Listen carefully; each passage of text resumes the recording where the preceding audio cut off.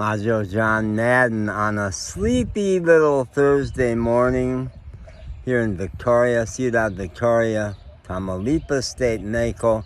It's spring break. It is spring break. It's spring break, I guess, in the U.S. and in Mexico. Things are a lot slower in the city this week. The hotel business is very slow. Crossing La Avenida Tamaulipas 8-lane road in the city was easy at 7:45 this morning. It's often quite difficult.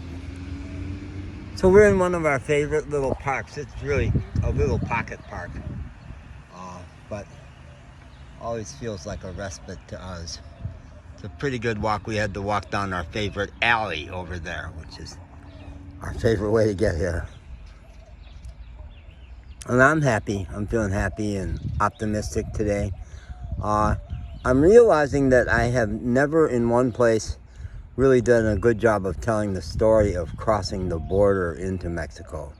So I want to do that now, see if I can do it in another 9 minutes.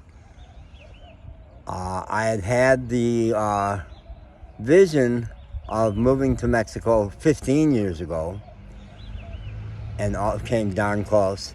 And then summer of 22, in summer of 21, I guess it must have been, in Louisville, Kentucky, I swam in a little man-made lake and said, this is the Nads, boy. I've got to get into the water every day and crystallize the vision of a sleepy little beach community in Mexico. Many travels from there, we ended up in South Texas, and Galveston, Corpus Christi were really important places for me. But the last July of last year, we arrived in Port Isabel, which is the gateway to South Padre Island, which is in the news right now a lot for all the spring break college people there. South Padre Island is a spectacular ocean playground. We were really happy there, and we kept going from there into Brownsville, which is the local big city right up against the Matamoros border, to take care of business, to do some banking stuff and get my passport and try to get my car ready to get across the border. Now, the problem with my car was that when I left Asheville in the western North Carolina mountains in the spring of 21, I was loosely aware that I had had one moving violation for blowing off a red light early in the morning. I wasn't even quite awake. But in fact, there was another moving violation floating around out there that had never caught up with me because I was moving through the mountains for my last year there, a solid year of roaming the Appalachian Mountains. And so I did not know about a court date, and I was in Louisville, Kentucky, like in July or August of 21, when I got the call from a Buncombe County Sheriff back Asheville way, western North Carolina, saying, you missed 2 court dates for moving violations. Your license is suspended and there's a warrant for your arrest, man. And they were very nice about it. But I've known since then that there's no way I can get my car legal without going back to North Carolina, and I ain't doing that. No. So the entire South Padre Island Police Department knew that my plates were expired, my driver's license is suspended. I got a Texas state ID, which has helped for IDs, but that isn't a driver's license. And no insurance, can't get insurance.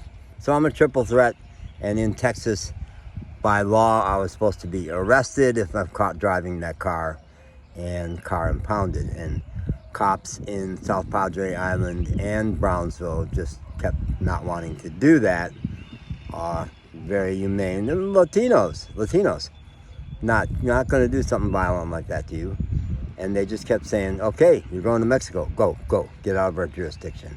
And I spent, I guess, 8 months studying all the border crossings through the Rio Grande, from the 3 crossings from Brownsville to Matamoros, which has recently been desperately in the news, and 4 other crossings heading west through the Rio Grande up to McAllen.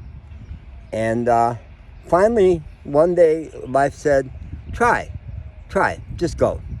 Yeah, you know, everybody tells you different things about what kind of documents they're going to check and what you need.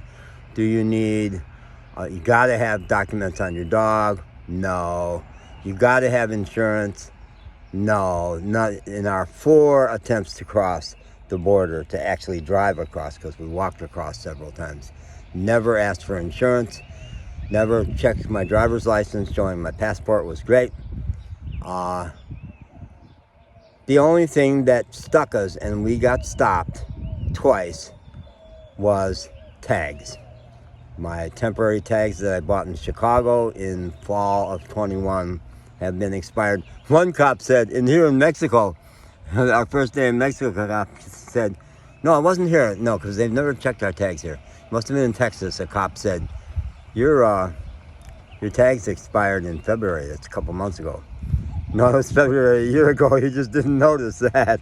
It's been over a year. So, but McAllen, busy commercial crossing, they just never checked the tags, and we got across and drove several hours back over to Progreso. Progreso and Nuevo Progreso are the Progreso on the American side, Nuevo Progreso on the Mexican side. That's the Welcome to Mexico crossing. All geared around welcoming Americans to come for the afternoon to see the doctors and go to the cantinas and stuff. And I had been stopped on that Gateway Bridge in Brownsville a week before those folks, Americans, were kidnapped. I had been turned back on that bridge for the tags. And I don't know why I got so happy and confident that on this particular Monday, the 13th of March, that Welcome to Mexico crossing was going to welcome me to Mexico. And I even recorded, and I have a 22-minute audio, which I think captures the whole thing. The agent required me to take my iPhone out of its docket on the dashboard, but I never turned it off, so I think it caught the whole conversation. And right away, he said, no, your tags are expired, you can't cross. And I've had the experience before where when a man takes a solid position like that, tough, don't go up against him. Don't go mano to mano. Wait.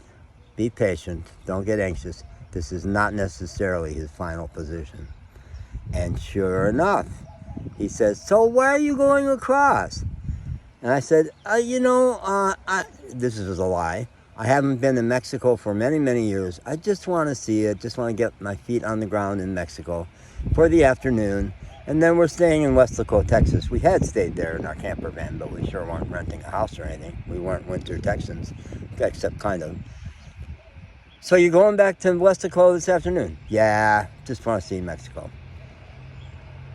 Okay, go for the afternoon. But then don't attempt to cross until you've got your tags fixed. Great, thank you, officer. That's really super. I appreciate it. I will have a great life afternoon in Mexico. And within 2 hours, so one of my friends said, that guy must have been really waiting around for you to come back. Because 2 hours later, we were like 100 miles south of the border. And we're here in Mexico, over 3 weeks now. So that's the story. And happy to be in Mexico. A lot of things have been challenging and difficult and confusing, but it feels right. And a fantasy I've had for so long, because I've been in love with Latino people for like 30 years. It's here. We're here. So life is good. Bienvenidos, amigo.